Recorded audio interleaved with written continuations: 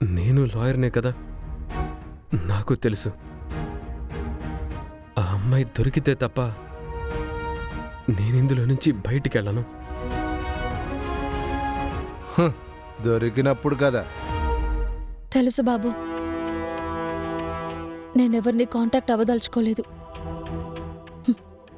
నేనే దీన్ని ఛేదించడానికి వచ్చాను.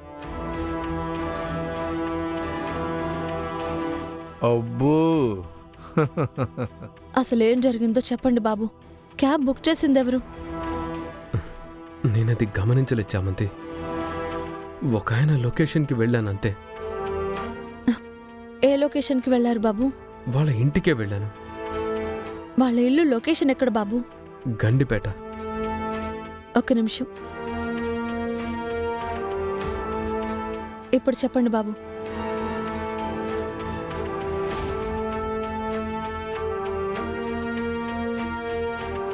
లా స్టూడెంట్ డిటెక్టివ్ అయిపోయిందిగా.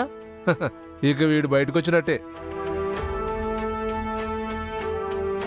సరే, మీరు వాళ్ళ ఇంటికి వెళ్ళాక ఆ అమ్మాయితో ఇంకెవరైనా ఉన్నారా? వాళ్ళ నాన్నగారు ఉన్నారు చామంతి. వెంటనే క్యాబ్ ఎక్కేసిందా బాబు? లేదు, వాళ్ళ నాన్న. నీ లైసెన్స్, క్యాబ్ లైసెన్స్ చూపించు. కొంచెం నీ ఫోటో కూడా తీసుకుంటా. అన్ని జాగ్రత్తలు తీసుకునే వదిలారు. ఆ అమ్మాయి పెట్టిన లొకేషన్లో దిక్కుండా తన ఫ్రెండ్ వస్తుందని గిఫ్ట్ కొనుక్కొని వెళ్తానని చెప్పి నేనెంత చెప్పినా వినకుండా పెద్దమ్మ తల్లి టెంపుల్ దగ్గరే దిగిపోయింది. నేనెంత చెప్పినా ఆగకుండా వెళ్ళిపోయింది. అదే ఇప్పుడు నా తప్పైంది. బాధపడకు ప్రేమ్ బాబు, ఇలా జరుగుతుందని నీకు తెలియదు కదా. నీ తప్పు లేకపోయినా నువ్వు శిక్షను అనుభవిస్తున్నావు. ప్రేమ్ బాబు, ఆ కుమార్ గారింటి దగ్గర ఎవరైనా అనుమానంగా కనిపించారా? ఇలాంటిది ఒకటి జరుగుతుందని నా ఊహలో కూడా లేదుగా చామంతి. నేనంతా అబ్జర్వ్ చేయలేదు.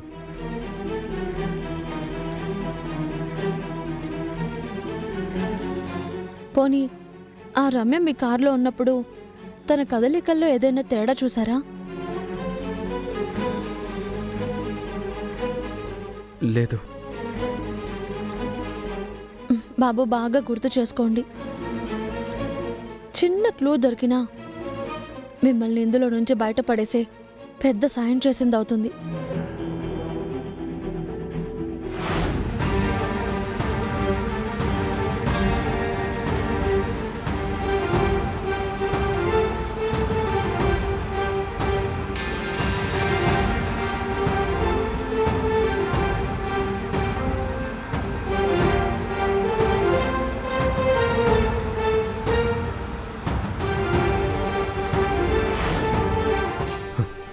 గుర్తొచ్చింది చామంతి. ఏంటి బాబు? నేను మిర్రర్ సరిచేస్తున్నప్పుడు ఆ అమ్మాయి ఫోన్ మాట్లాడుతూనే వెనక్కి చూస్తూ కనిపించింది. దేనికో టెన్షన్ పడుతూ అయితే ఉంది. వెనక్కి చూస్తుంది, టెన్షన్ పడుతుంది అంటే తనని ఎవరో ఫాలో అవుతున్నారు. తనని పికప్ చేసుకోవడానికి వస్తున్నారనే బాబు. ఆ అమ్మాయి ఫోన్లో మాట్లాడింది కూడా బర్త్డేకి వెళ్తున్న ఫ్రెండ్తో కాదు. అవును, అదే అయి ఉంటుంది. కానీ ఎవరో తెలియదు కదా. అమ్మయ్యా, అదే ఇప్పుడు కనిపెట్టాల్సింది బాబు. మీకు ఇంకేమైనా గుర్తొస్తున్నాయా? ఎవరి మీదైనా అనుమానం కలిగేలా ఇంకేదైనా జరిగిందా? ఆ మొత్తాన్ని ఇంకొకసారి రీకలెక్ట్ చేసుకోండి బాబు. చిన్నదైనా సరే ఒకసారి బాగా ఆలోచించి చెప్పండి.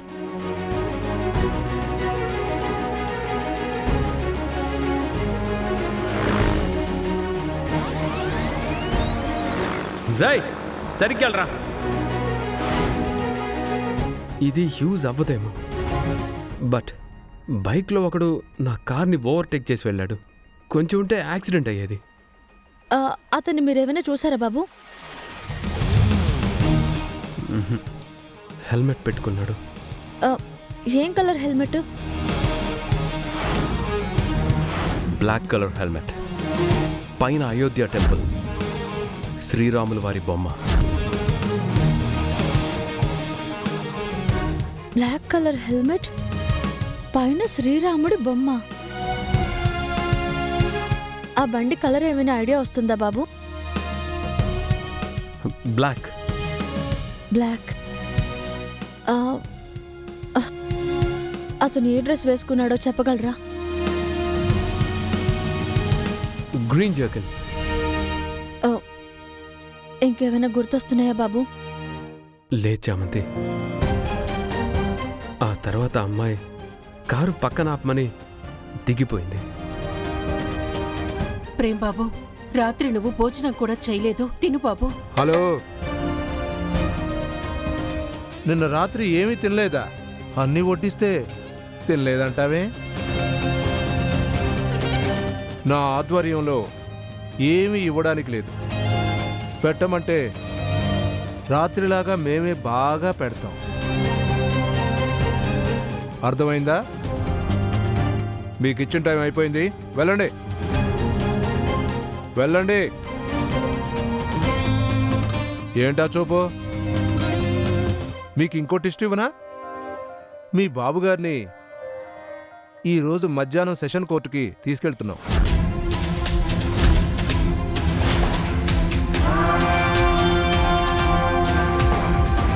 ఈరోజు మధ్యాహ్నమే తీసుకెళ్తున్నారా? ఆ, మరి ఇక్కడే ఉంటే బాబుగారు చెప్పట్లేదు కదా. మీరేమో థర్డ్ డిగ్రీ ఎలా ప్రయోగిస్తారని మా మీదే రివర్స్ అవుతున్నారు. మాకెందుకీ తలనొప్పులు? అందుకే కోర్టులో ప్రవేశపెడుతున్నాం. అక్కడ రిమాండ్కి జైలుకు తరలిస్తాం. అక్కడ నిజాలు రాబట్టడానికి విత్ పర్మిషన్తో థర్డ్ డిగ్రీలు అమలు చేస్తారు. విషయం అదన్నమాట. 1 గంటకే తీసుకెళ్తాం. ఇంక ఇక్కడికి రాకుండా కోర్టుకొచ్చి మీ లా పాయింట్లన్నీ జడ్జి గారి దగ్గర మాట్లాడుకో. వెళ్ళా.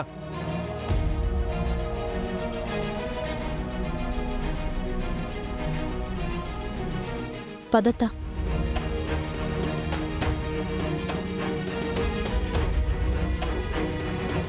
చామంతిని సింపుల్గా తీసుకున్నాను, కానీ ఏదేదో లాగింది. ఈ విషయం వెంటనే గుణాకు చెప్పాలి. నీకుందిరా రే ప్రేమ్.